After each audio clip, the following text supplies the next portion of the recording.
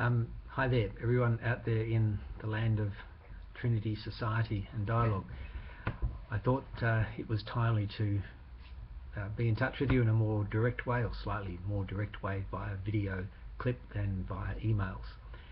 And it's obviously an opportunity to respond to the tutorials or the first combined tutorial, and just to say a little bit more about the process of the tutorials, which has now been finally put in place once we had the two cohorts together.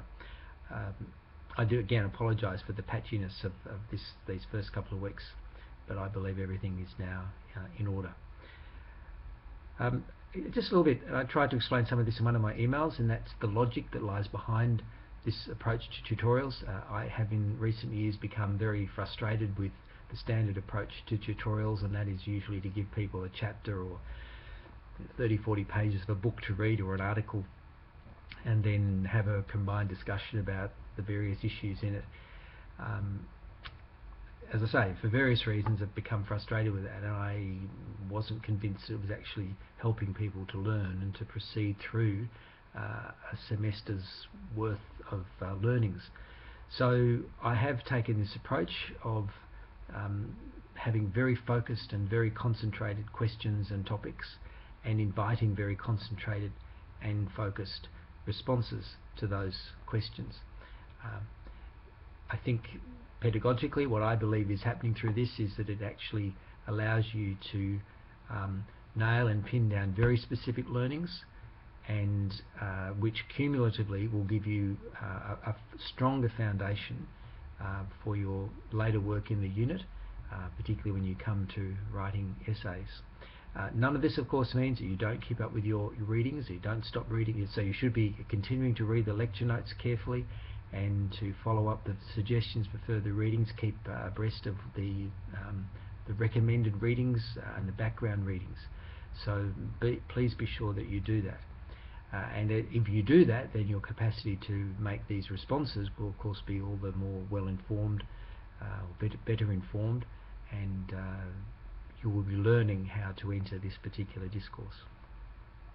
A reminder too that everyone is required to participate in the tutorial program, and not everybody did participate or has yet participated in the first of the combined tutorials, so please make sure that you do that.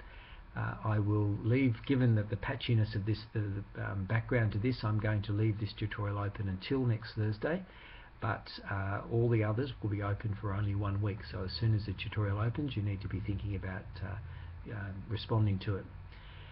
Okay, just a few comments on the first of the tutorials and the responses you've given, the first of the combined tutorials, that is.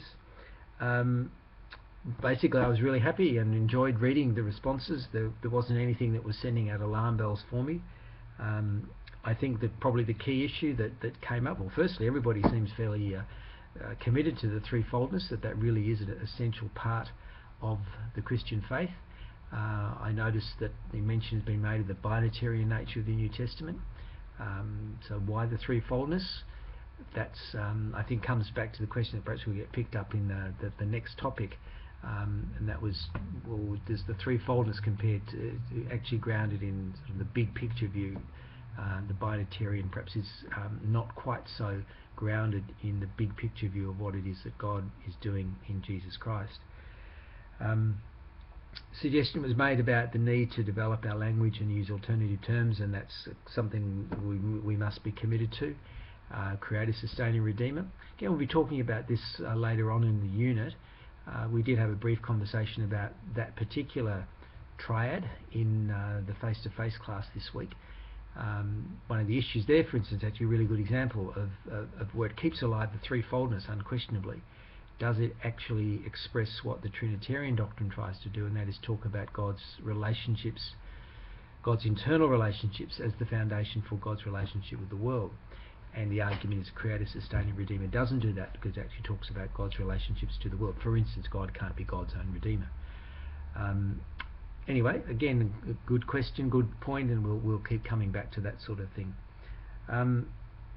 The technical language of Trinitarian theology is really important if you're actually going to enter it, and be able to make good innovations within Trinitarian discourse means you actually need to be on top of the technical language, and that's just something I'd suggest at the moment you keep mindful of. It can be demanding and a bit of a pain at times, but in a lot of these technical distinctions, a fair bit is at stake. So just be patient with that and try and work your way into the technical language of the discipline. Okay, that's enough for now, and I look forward to your further contributions to the tutorials and to further engaging with you throughout this semester. Okay.